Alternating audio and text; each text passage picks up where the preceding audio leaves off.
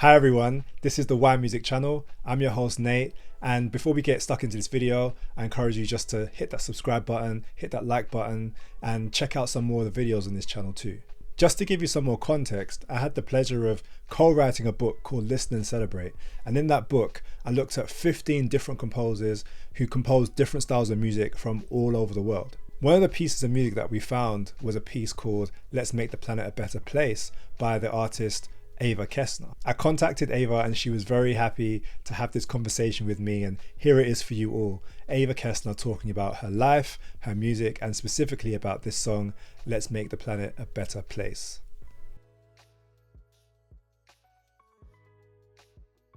Hi, it's really nice to speak to you today. How are you doing? Hi, it's great to meet you finally. I'm doing great.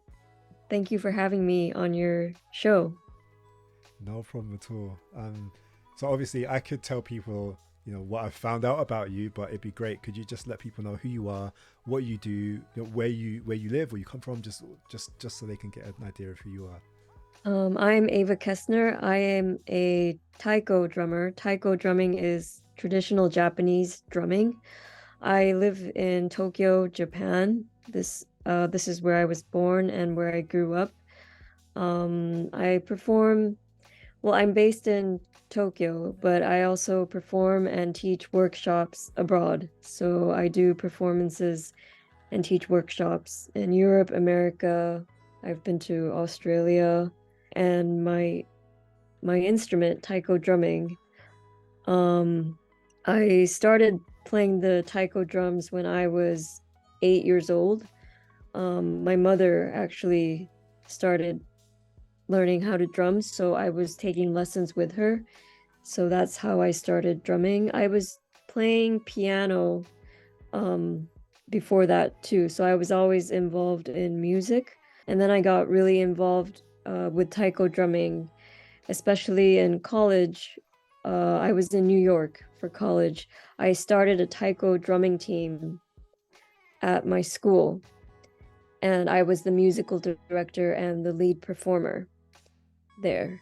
And after I graduated from college, I came back to Japan and joined a professional taiko drumming team where I would perform and teach classes.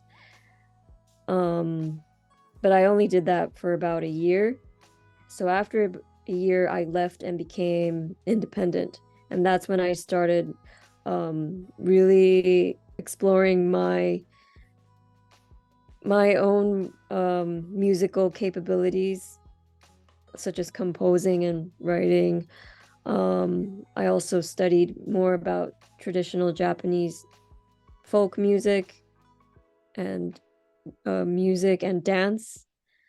So that's how I would get my inspiration to create my own music. And now, yeah, so I perform. I'm like an independent artist now.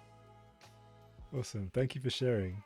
I'm sure many people, who are watching this and who are interested in you and your music, maybe even haven't gone through that whole process of going to university and becoming an independent artist and so on.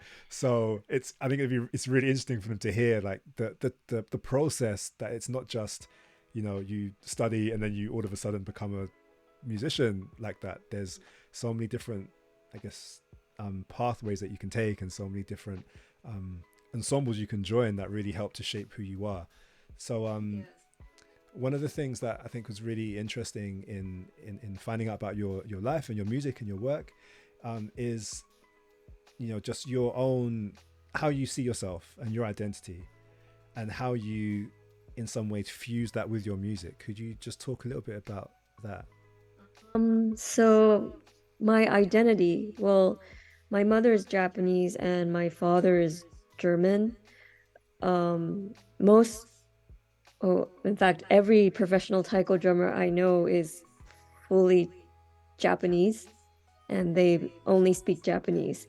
So, me coming from an international family and also um, going through international education and studying in America, I feel like my background and also my the education I received is very different from your average taiko drummer. Sorry, what was your question?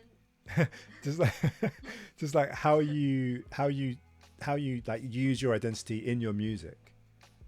Well, when I write music, well, I feel my Japanese background and also my German background where so I received classical piano training as well. So I feel like that training and also my Japanese heritage, I fuse the two to create my own original music. Yeah, and the lyrics I write, it comes from my background as a Japanese person, but also a mixed race person growing up in an international society. So my music often the messages that I incorporate in my music are about diversity and world peace and um finding and being able to communicate with people of different backgrounds. Um, so yeah, I feel like my background and my education really helped molded me to make that kind of music.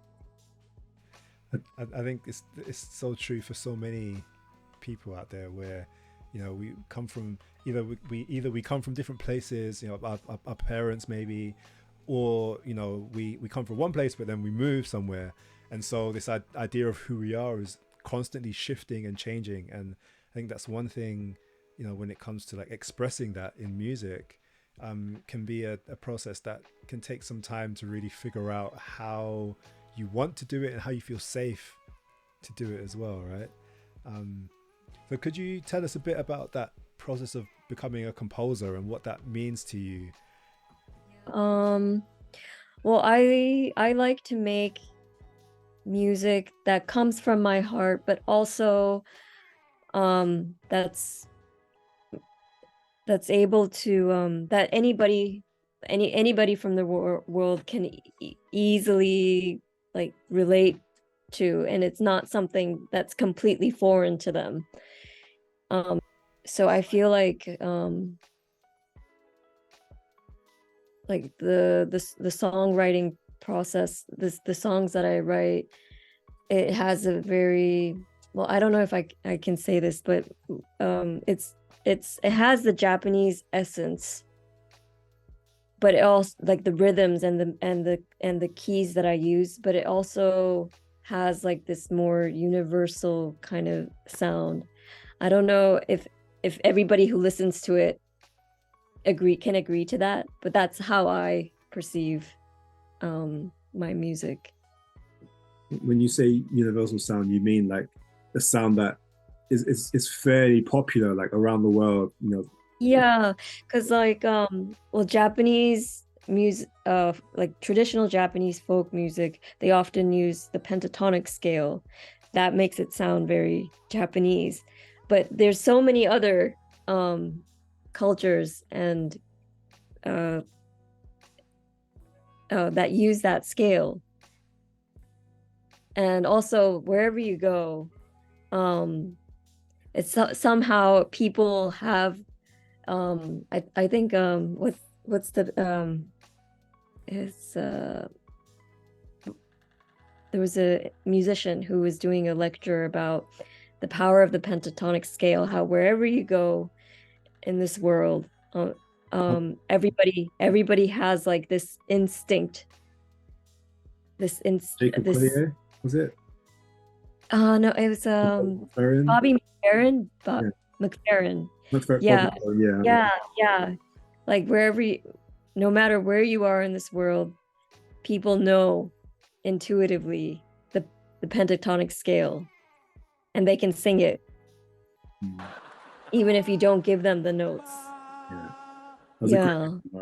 I remember he Yeah. used to do this thing where he'd be on stage and he'd jump Yeah, yeah. And to he the jumped. right, and Yeah. people would just follow. I remember I saw him once when he did that live, and Oh, it's like, as a musician, I guess you know it, but being surrounded by everyone who almost knew it at the same time was really powerful. yeah, yeah. Yeah, I really enjoyed that lecture. Um, yeah, because I really felt, oh wow, like people have like this, this intuitive um musical brain that where they are able to sing in the pentatonic scale. Yeah. Yeah. So is that one of the reasons why you used pentatonic scale so much in? Yeah, that's one of the reasons. And also just the traditional Japanese folk songs, most of them use the pentatonic scale, and I wanted to fuse those concepts to make Japanese sound but also universal sound. Awesome. I think it works really well. It's I think when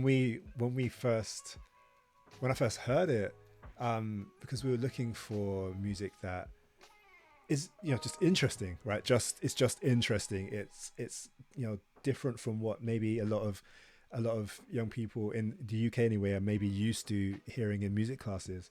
And so I came across your music. I was like, this is really interesting because it's very clearly, you know, rooted in like Japanese music. We could tell from you were playing the taiko drums and everything, but at the same time you've got a very clear message about just about the planet and just saving, and obviously it's very relevant to today and what's happening today. And so yeah, really picked that piece because it spoke to so many different things, and I'm sure that lots of kids are going to be able to relate to it and also be hopefully really fascinated by taiko music and drumming if they haven't come across it already. Yeah, hopefully. Yeah. Could you talk to us a little bit about the piece, because I think we from research we found out that you didn't write the whole. Yeah, I didn't write the whole thing. So the original melody was composed by my friend. She's a taiko drummer. She's based in Europe, in Belgium actually.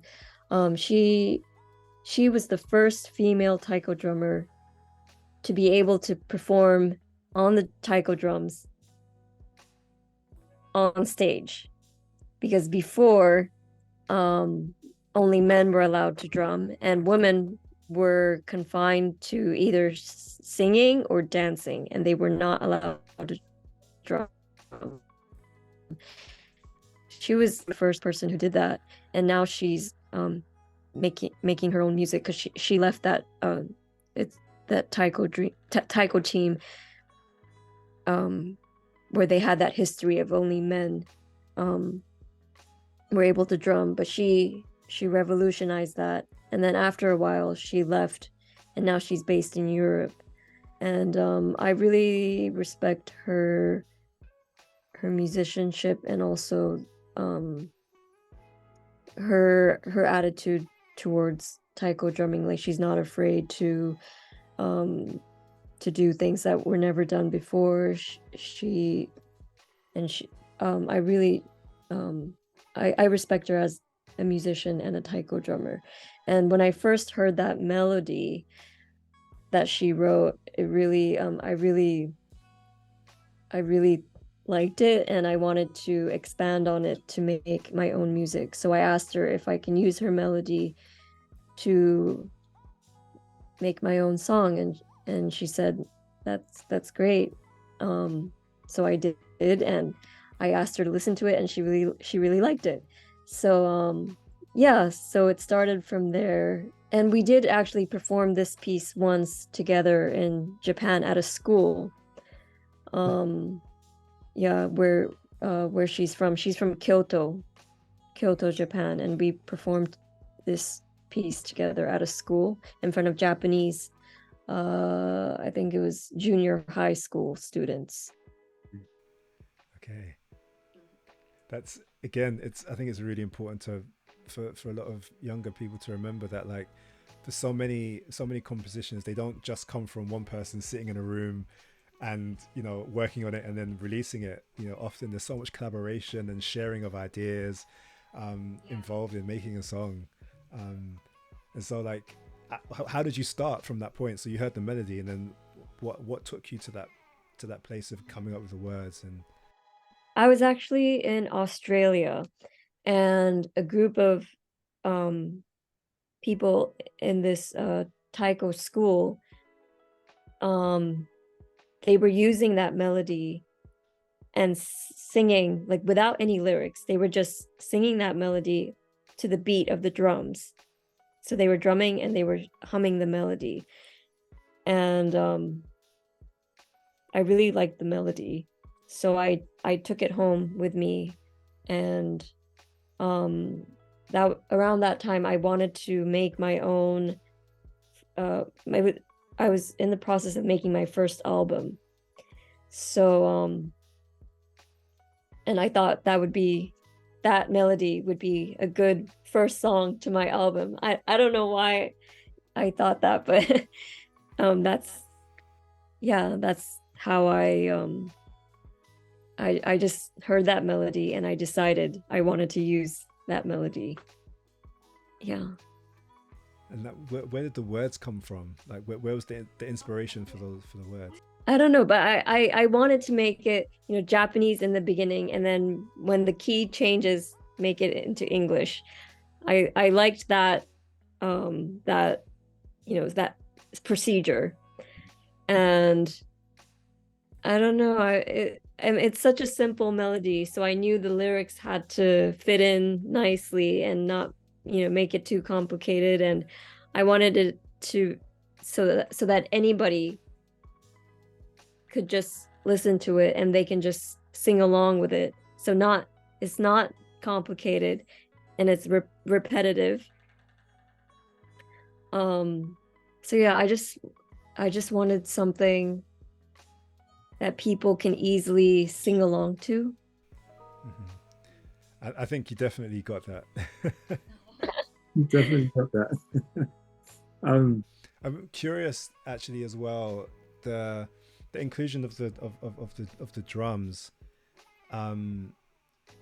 Did you find that an easy thing to do, or was it like a natural kind of instinct, like, of course I'm gonna have taiko drums in this, because you didn't have to, right? So it's like, the question is really, you know, why the taiko drums in the beginning? Why I used taiko drums for this piece? Mm. Oh, well, the rhythm behind this song, this is actually a Japanese rhythm. Okay.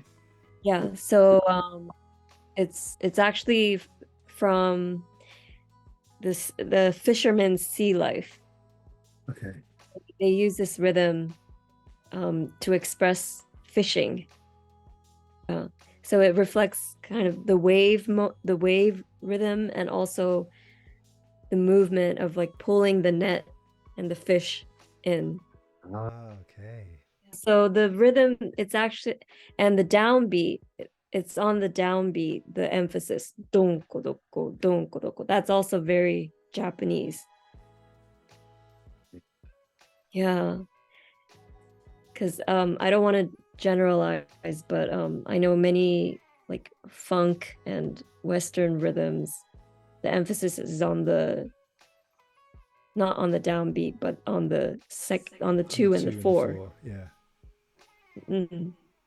But Japanese rhythms, well, many traditional Japanese rhythms, the emphasis is on the 1 and the 3. Okay, thank you for sharing that information. That's really interesting. I think that I think in the future, when we're, you know, listening to especially traditional Japanese music, it's good to have that in mind. That's really interesting. Thank you for sharing that.